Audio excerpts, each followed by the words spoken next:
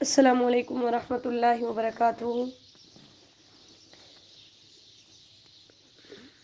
اللہ تعالیٰ کے فضل اور اس کی رحمت سے انشاءاللہ آج ہم 20واں پارہ شروع کریں گے۔ اعوذ باللہ من الشیطان الرجیم، بسم اللہ الرحمن الرحیم۔ وَلَقَدْ أَرْسَلْنَا إِلَى ثَمُودَ أَخَاهُمْ صَالِحًا، سورہ نمل آیت نمبر 45۔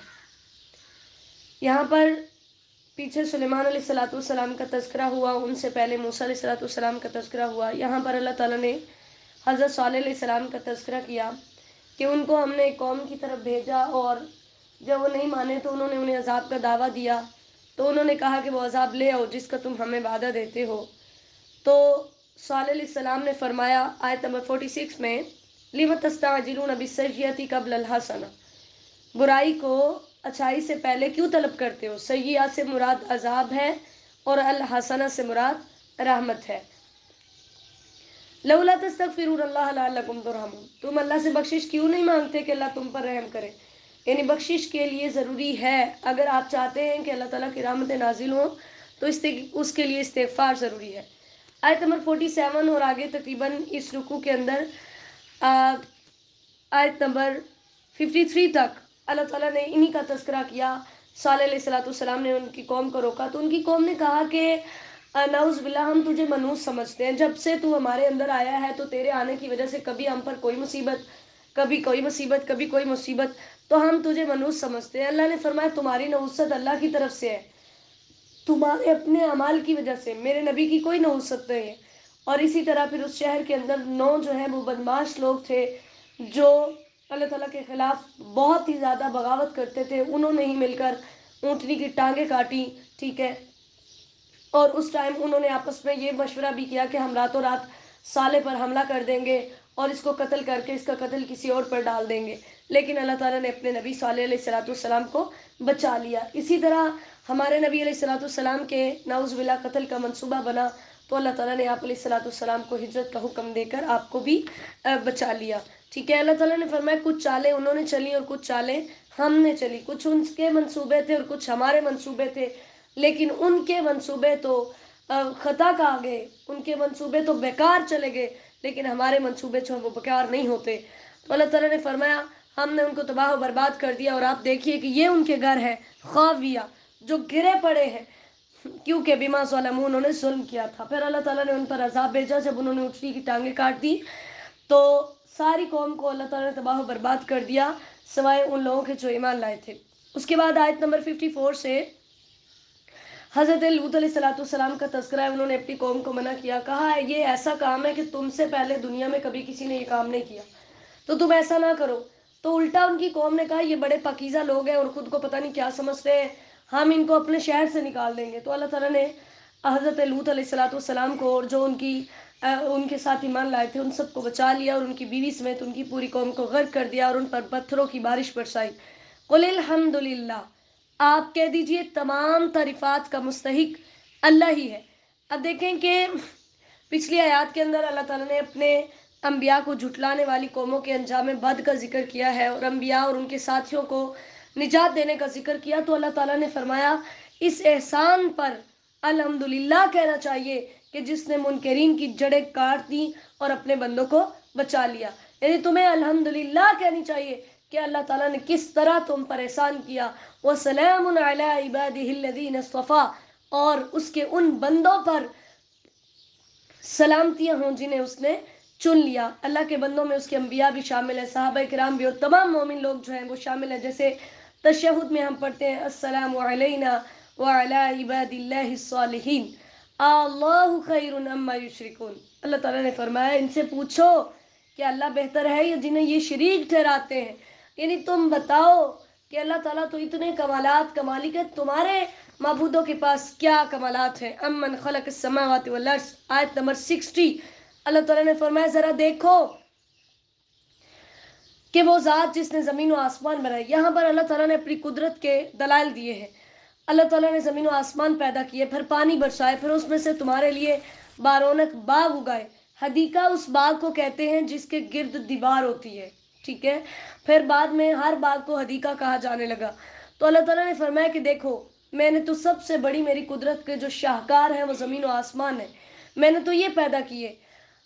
میں کہنے لکم انتم بھی تو شاجرا، یہ باغات یہ سب کچھ میں نے پیدا کیا، تمہارے لائق تو نہیں ہے، تمہارے پاس تو اتنی کیپیسٹی بھی نہیں ہے، اتنی طاقت بھی نہیں ہے کہ تم ایک دانہ بھی اگا سکو. جبکہ ہمارے ذہن میں جو خیال آتا ہے، ہم کہتے ہیں زمین ہم بناتے ہیں، بیج ہم ڈالتے ہیں، پانی ہم دیتے ہیں، تو گویا کہ یہ کھیتیاں اگانے والے ہم ہیں. تو اللہ تعالیٰ فرماتے ہیں تم ساری بھی محنتیں کرو، جب تک میں نہ چاہوں تو تم ان کو اگا نہیں سکتے. بل ہم قوم یعدلون، یہ ایسی قوم ہے جو اللہ کے راستے سے ہٹنے والے ہیں. پھر اللہ تعالیٰ نے آیت نمبر 61 میں فرمایا کہ دیکھو میں نے زمین کو تمہارے لیے ٹھہرایا، اس میں نہریں بنائیں، پہاڑ بنائے، پھر سمندر بنائے اور سمندروں کے اندر رکاوٹ ڈال دی کہ میٹھا اور کڑوا پانی آپس میں ملتے نہیں. اے الہ مع اللہ، کیا اللہ کے ساتھ کوئی معبود ہے؟ بتاؤ. جو پیچھے اللہ تعالیٰ نے پوچھا اللہ خیر مما یشرکون، کیا اللہ بہتر ہے یا جن کو تم شریک بناتے ہو وہ بہتر ہے؟ تو بار بار اللہ تعالیٰ نے 3 آیات کے اندر 4 اس میں اللہ تعالیٰ نے الہ مع اللہ کے ساتھ اقرار کرایا، ان کو انہی کی زبانی جھوٹا ثابت کیا کہ بتاؤ تمہارے معبودوں میں سے بھی کسی کا اس میں کوئی حصہ ہے؟ کیا اللہ کے ساتھ تمہارے معبودوں میں سے بھی کسی نے ایسا کچھ پیدا کیا ہے؟ بل اکثرہم لا یعلمون، یہ نہیں جانتے. پھر آیت نمبر 62 اما یجیب المضطر. اب اللہ تعالیٰ نے پہلے تو کچھ آفاقی چیزوں کا تذکرہ کیا جو یعنی کائنات کے اس کے عظیم شاہکار تھے. اب اللہ تعالیٰ نے انسان کی ذات کے بارے میں کچھ باتیں کی. اللہ نے فرمایا ذرا بتاؤ، جب تمہیں کوئی مصیبت پہنچتی ہے تو تمہاری تکلیف کون دور کرتا ہے؟ تمہیں زمین کے اندر بادشاہت کون دیتا ہے؟ الہ مع اللہ، کیا اللہ کے ساتھ کوئی معبود ہے؟ قلیلا ما تذکرون، تمہاری نصیحت یا تم میں سے نصیحت حاصل کرنے والے بہت کم ہیں. پھر آیت نمبر 63 میں اللہ تعالیٰ نے فرمایا، اب پچھلی آیت میں وَيَجْعَلُكُمْ خُلَفَاءَ الْأَرْضِ، اللہ تعالیٰ نے تمہیں زمین میں جانشین بنایا. جانشینی 2 طرح کی ہوتی ہے. ایک تو یہ کہ تمہیں ایک نسل کے بعد دوسری نسل کی صورت میں اللہ تعالیٰ زمین میں لاتا ہے، یعنی اگر ایک ہی وقت میں سب کو پیدا کر دیتا تو زمین تنگ ہو جاتی، مشکل ہو جاتا سب کے لیے جو ہے وہ یہاں رہنا. اور دوسری صورت یہ ہے کہ وہ تمہیں ایک دوسرے کے بعد زمین میں سلطنت عطا کرتا ہے. آیت نمبر 63 اللہ نے فرمایا خشکیوں اور پانیوں کے اندر وہ تمہاری رہنمائی کرتا ہے، وہ ہوائیں بھیجتا ہے جو تمہیں اس کی رحمت سے پہلے خوشخبریاں دیتی ہیں. رحمت سے مراد بارش ہے کہ بارش سے پہلے ہوائیں آ کر خوشخبریاں دیتی ہیں. الہ مع اللہ، بتاؤ کوئی ہے تمہارے معبودوں میں سے بھی جس کا اس میں کوئی حصہ ہو یا کوئی ایسا کر سکتا ہو؟ تعالی اللہ عما یشرکون، اللہ نے فرمایا میں تمہارے شرک سے بلند ہوں، بری ہوں. پھر اسی طرح آیت نمبر 64 اللہ نے فرمایا میں تو پیدا کرتا ہوں، عدم سے وجود میں لایا اور ابھی وجود میں لانے کے بعد ختم کر کے ثم یعید، دوبارہ پیدا کروں گا اور زمین و آسمان سے رزق بھی دیتا ہوں. الہ مع اللہ، کہ تمہارے معبودوں میں سے بھی کسی کے اندر یہ پاور ہے جو پیدا کر سکتا ہو، جو رزق دے سکتا ہو؟ قل ہاتوا برہانکم ان کنتم صادقین، اگر تم سچے ہو اپنے اس دعوے میں تو پھر اپنی دلیل پیش کرو. قل لا یعلم من فی السماوات والارض الغیب الا اللہ. آیت نمبر 65 بہت عام ہے. اللہ تعالیٰ نے پہلے ہم قرآن پاک کے کئی مقامات پر پڑھ چکے، اللہ تعالیٰ نے مختلف انبیاء کے قصوں کے اندر یہ بتایا کہ انہوں نے کہا کہ ہم غیب نہیں جانتے، اللہ کے علاوہ غیب کوئی نہیں جانتا. یہاں پر اللہ تعالیٰ نے کلی طور پر نفی کر دی زمین و آسمان کی تمام مخلوقات، کوئی بھی ان میں سے اللہ کے سوا غیب نہیں جانتا. وما یشعرون ایان یبعثون، غیب سے مراد وہ چیزیں ہوتی ہیں جو ہمارے حواس خمسہ سے بھی معلوم نہیں ہو سکتی اور عقل بھی ان کا ادراک نہیں کر سکتی. تو قرآن پاک کی ایسی بہت ساری آیات آپ پڑھ چکے، اللہ تعالیٰ نے ان کے اندر ثابت کیا کہ کوئی نبی، کوئی ولی، کوئی شہید، کوئی صالح بندہ، کوئی بھی اللہ تعالیٰ کے علاوہ غیب نہیں جانتا. یعنی اسلام کا بنیادی عقیدہ ہے کہ اس بات پر ایمان لایا جائے کہ عالم الغیب صرف اور صرف اللہ ہے. ٹھیک ہے، غیب کی کنجیاں صرف اس کے پاس ہیں. اللہ تعالیٰ نے کئی مقامات پر اپنے انبیاء کے بارے میں یہ بات کی، اور ہمارے نبی علیہ الصلوۃ والسلام کے بارے میں حضرت عائشہ کے واقعہ نے ہمیں یہ بتایا رضی اللہ تعالیٰ عنہ کہ نبی صلی اللہ علیہ وسلم عالم الغیب نہیں تھے. شہد حرام ہونے کے واقعے نے ہمیں بتایا کہ نبی علیہ الصلوۃ والسلام عالم الغیب نہیں تھے. پھر اللہ تعالیٰ نے فرمایا کچھ نبیوں کے قصے ہم نے آپ پر بیان کیے، کچھ کے نہیں بیان کیے، جن کے نہیں کیے آپ ان کو نہیں جانتے، پتہ چلا آپ غیب نہیں جانتے. اسی طرح اللہ تعالیٰ نے فرمایا آپ کے پاس قیامت کا علم نہیں ہے، آپ کو نہیں پتا قیامت کب آئے گی. پھر عبداللہ بن ام مکتوم جو نبینا صحابی آئے تھے اور اللہ کے نبی نے ان سے منہ موڑ لیا, ٹھیک ہے, وہ والا واقعہ. کئی ایسے واقعات ہیں, کئی ایسے واقعات جو اس بات کی گواہی دیتے ہیں. جیسے صحیح بخاری میں کہ نبی علیہ الصلوۃ والسلام کا جب مرض بڑھ گیا تھا, جس کے اندر آپ صلی اللہ علیہ وسلم نے وفات پائی, تو آپ بار بار بے ہوش ہو رہے تھے. جب آپ کو ہوش آتا تو آپ فرماتے لوگوں نے نماز پڑھ لی ہے, تو آپ کو بتایا جاتا نہیں, 3 دفعہ ایسا ہوا. یعنی 3 دفعہ ایسا ہوا, تو آپ اگر غیب جانتے ہوتے تو آپ کو پہلے ہی پتا ہوتا کہ انہوں نے نماز پڑھ لی ہے یا نہیں پڑھی. ٹھیک ہے, تو مختلف ایسی بہت سارے دلائل قرآن و سنت میں موجود ہیں جن سے یہ بات ثابت ہوتی ہے کہ علم غیب صرف اور صرف اللہ کے پاس ہے. بل ادارک علمہم فی الآخرہ, آیت نمبر 66. اللہ تعالیٰ نے فرمایا آخرت کے بارے میں ان کا علم گم ہو چکا. تدارک کا مطلب ہوتا ہے کسی چیز کو پکڑنے کے لیے اس کے پیچھے لگاتار دوڑنا, بھاگنا, اس کو پکڑنے کی کوشش کرنا. یعنی یہاں پر مراد یہ ہے کہ آخرت کو جاننے کے لیے ان کا علم جو ہے وہ لگاتار دوڑتے لگاتا رہا, لیکن انہیں کچھ بھی حاصل نہیں ہوا. کسی کو بھی معلوم نہیں ہو سکا کہ قیامت کب آئے گی, کیونکہ اللہ نے اس کا وقت کسی کو بھی نہیں بتایا. اللہ نے فرمایا شک میں پڑے اور اندھے ہیں. وقال الذین کفروا, آیت نمبر 67 کے اندر اللہ تعالیٰ نے منکرین قیامت کا تذکرہ کیا کہ وہ کہتے ہیں ہم ہڈی اور مٹیاں اٹھائیں گے, تو کیسے اٹھایا جائے گا؟ اللہ نے فرمایا تم سے پہلے تمہارے آباء و اجداد جو مرے ہیں وہ کہتے تھے ان کو بھی اٹھا لائے. تو اللہ نے فرمایا زمین پہ چل کر دیکھو جو مجرم تھے ان کا عذاب کیسا ہوا. اگر تم بھی ایسا رویہ اختیار کرو گے تو تمہارا بھی یہی حال ہوگا. وَلَا تَحْزَنْ عَلَيْهِمْ, آیت نمبر 70 میں نبی علیہ الصلوۃ والسلام کو تسلی دی گئی جو ایمان نہیں لاتے آپ پریشان نہ ہو, آپ کے ذمہ صرف پیغام پہنچانا ہے. آیت نمبر 71, وہ مطالبہ کرتے تھے نبیوں سے کہ جس عذاب کا تم نے ہمیں وعدہ دیا وہ عذاب ہمیں دکھاؤ. آیت نمبر 72 میں اللہ تعالیٰ نے فرمایا قُلْ عَسَىٰ أَن يَكُونَ رَادِفًا لَكُمْ, ہو سکتا ہے وہ تمہارے پیچھے ہو. رادفہ اس شخص کو کہتے ہیں جو سواری پر کسی کے پیچھے بیٹھا ہوتا ہے. یعنی جلدی نہ مچاؤ, وہ عذاب ہر حال میں آ کر رہے گا. یہ تو اللہ تعالیٰ کا فضل ہے کہ وہ تم پر فوراً عذاب جو ہے وہ نہیں بھیج رہا, حالانکہ وہ تمہاری چھپی اور ظاہری تمام باتوں کو جانتا ہے. زمین و آسمان کی کوئی چیز اس سے پوشیدہ نہیں ہے. آیت نمبر 76 اللہ تعالیٰ نے فرمایا یہ قرآن بنی اسرائیل کے قصے تمہارے سامنے بیان کرتا ہے جن کے اندر وہ اختلاف کرتے تھے. وَإِنَّهُ لَهُدًى وَرَحْمَةٌ لِّلْمُؤْمِنِينَ, لیکن یہ قرآن تو پوری جہان کے لیے, ایمان والوں کے لیے ہدایت اور رحمت بن کر آیا ہے. اللہ تعالیٰ قیامت کے دن ان کے درمیان فیصلے کرے گا. فَتَوَكَّلْ عَلَى اللَّهِ, آیت نمبر 79. نبی علیہ الصلوۃ والسلام کو تسلی دی گئی کہ آپ اللہ کے فیصلے کا انتظار کرتے ہوئے اللہ پر بھروسہ کیجئے, دشمنوں کی طرف سے آنے والی تکلیف پر پریشان نہ ہوئیے. إِنَّكَ لَا تُسْمِعُ الْمَوْتَى, آیت نمبر 80 کے اندر یہ بھی نبی صلی اللہ علیہ وسلم کو تسلی دینے کے لیے اللہ تعالیٰ نے فرمایا کہ اگر وہ قرآن پر ایمان نہیں لاتے تو آپ پریشان نہ ہو, کیونکہ آپ کبھی بھی مردوں کو سنا نہیں سکتے. مردوں کو سنانا صرف اللہ کا کام ہے.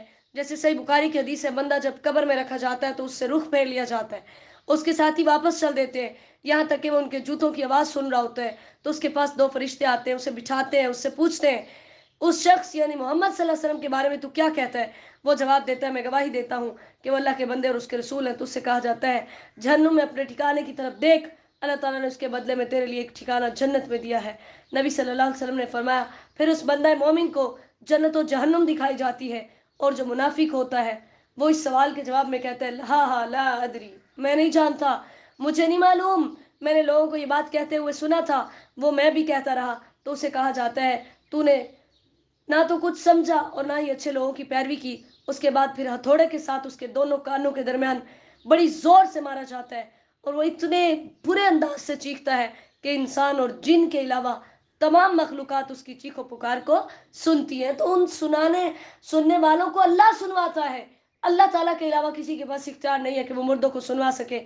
اسی طرح غزوہ بدر کے موقع پر جب کفار کے وہ بڑے بڑے 70 سردار مارے گئے تھے, ان کو بدر کے کنویں کے اندر پھینکا گیا, تو نبی علیہ الصلوۃ والسلام ان سے مخاطب ہو کر کہہ رہے تھے, صحیح بخاری کی حدیث ہے, آپ صلی اللہ علیہ وسلم نے فرمایا اے فلاں بن فلاں اور اے فلاں بن فلاں, کیا تمہیں پسند ہے کہ تم نے اللہ اور اس کے رسول کی اطاعت کی ہوتی, کیونکہ ہم نے تو جو ہمارے رب نے ہم سے وعدہ کیا اسے سچ پایا.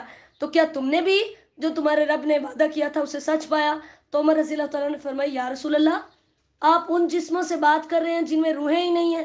تو نبی صلی اللہ علیہ وسلم نے فرمایا اس ذات کی قسم جس کے ہاتھ میں محمد صلی اللہ علیہ وسلم کی جان ہے, تم ان سے زیادہ وہ باتیں سننے والے نہیں جو میں انہیں کہہ رہا ہوں. یعنی اس ٹائم پر نبی علیہ الصلوۃ والسلام کو یہ خاص اللہ تعالیٰ نے شان اور معجزہ عطا کیا کہ وہ اس ٹائم پر جن سے مخاطب تھے وہ اللہ کے نبی کی بات سن رہے تھے. اسی طرح اللہ تعالیٰ نے فرمایا وَمَا أَنْتَ بِهَادِ الْعُمِيَ عَنْ ضَلَالَتِهِمْ، اندھوں کو ان کی گمراہی سے آپ ہدایت نہیں دے سکتے. ان تسمع الا من یؤمن بآیاتنا فهم مسلمون، آپ صرف اسی کو ہی سنا سکتے ہیں جو ایمان لاتا ہے، جو فرما بردار ہو جاتا ہے. ٹھیک ہے. وَإِذَا وَقَعَ الْقَوْلُ عَلَيْهِمْ آیت نمبر 82. یہاں پر اس آیت کے اندر قیامت کی نشانیوں کا تذکرہ ہے کہ جب قیامت قائم ہوگی تو زمین سے ایک جانور نکلے گا جو لوگوں سے بات کرے گا. جیسے ترمذی کی حدیث ہے، نبی صلی اللہ علیہ وسلم نے فرمایا اس ذات کی قسم جس کے ہاتھ میں میری جان ہے، قیامت قائم نہیں ہوگی حتیٰ کہ درندے جو ہے وہ انسانوں سے کلام کریں گے، اور آدمی سے اس کے کوڑے کا کنارہ اور جوتے کا تسمہ بات کرے گا، اور اس کی ران اسے بتائے گی کہ اس کے گھر والوں نے اس کے بعد کیا کیا. اسی طرح صحیح مسلم کی حدیث ہے، نبی صلی اللہ علیہ وسلم نے فرمایا قیامت قائم نہیں ہوگی یہاں تک کہ تم 10 نشانیاں دیکھ لو. پھر آپ نے وہ نشانیاں شمار کر کے بتائی. نمبر 1 سورج کا مغرب سے طلوع ہونا. نمبر 2 دھواں. نمبر 3 زمین سے جانور کا نکلنا. نمبر 4 یاجوج ماجوج کا نکلنا. نمبر 5 عیسیٰ بن مریم علیہ السلام کا ظہور. اور نمبر 6 دجال کا نکلنا. پھر اسی طرح ایک مغرب کی طرف زمین میں دنسایا جائے گا، اس کے بعد ایک مشرق کی طرف دنسایا جائے گا، ایک جزیرہ عرب میں دنسایا جائے گا، اور نمبر 10 کہ یمن سے ایک آگ نکلے گی جو لوگوں کو ہانکتی ہوئی محشر کی طرف لے جائے گی. یعنی یہ 10 نشانیاں تم دیکھو گے تو قیامت قائم ہوگی. اس میں اسی بات کا تذکرہ ہے. وَيَوْمَ نَحْشُرُ مِنْ كُلِّ أُمَّةٍ آیت نمبر 83 میں اللہ تعالیٰ نے فرمایا پھر ہر امت میں سے ہم ایک فوج، ایک گروہ کو اکٹھا کریں گے جو ہماری آیات کو جھٹلاتے تھے، پھر وہاں پر ان سے حساب و کتاب لیا جائے گا. آیت نمبر 85 اور ان پر بات ثابت ہو جائے گی کیونکہ انہوں نے ظلم کیا تھا. فَهُمْ لَا يَنْطِقُونَ پھر اس ٹائم وہ بات نہیں کر سکیں گے. آیت نمبر 86 میں اللہ تعالیٰ نے فرمایا وہ دیکھتے نہیں ہیں کہ کیسے ہم نے ان کے لیے رات بنائی کہ اس میں سکون کر سکے، دن بنایا کہ اس کے اندر روشنیاں ہیں، جاؤ تم اپنی معاش کے لیے کچھ کر سکو. وَيَوْمَ يُنفَخُ فِي الصُّورِ آیت نمبر 87. اب اللہ تعالیٰ نے فرمایا سور کے اندر پھونکا جائے گا تو سب لوگ بے ہوش ہو جائیں گے، الا من شاء اللہ مگر جسے اللہ چاہے گا. ہم نے پہلے بھی پڑھا، نبی علیہ الصلوۃ والسلام نے فرمایا جب ہوش آئے گا تو سب سے پہلے جس کو ہوش آئے گا وہ میں ہوں گا، لیکن میں دیکھوں گا کہ موسیٰ علیہ الصلوۃ والسلام اللہ تعالیٰ کے عرش کے پائے کو پکڑے ہوئے ہیں. مجھے نہیں معلوم کہ وہ اس بے ہوشی کے عوض تھا جو ان کو طور پہاڑ پر ملی. وَكُلُّ نَتَوْهُ دَاخِرِينَ ہر کوئی ذلیل ہو کر اللہ تعالیٰ کے سامنے آئے گا. وَتَرَى الْجِبَالَ آیت نمبر 88 میں اللہ تعالیٰ نے فرمایا صرف اس وقت انسان ہی نہیں بلکہ وہ پہاڑ بھی جنہیں آج دیکھ کر تم بڑا یہ سمجھتے ہو کہ یہ کتنی مضبوطی سے جبے ہوئے ہیں، انہیں کوئی چیز ہلا نہیں سکتی، اللہ تعالیٰ ان کو بادلوں کی طرح تمر مر السحاب بادلوں کی طرح انہیں اڑائیں گے.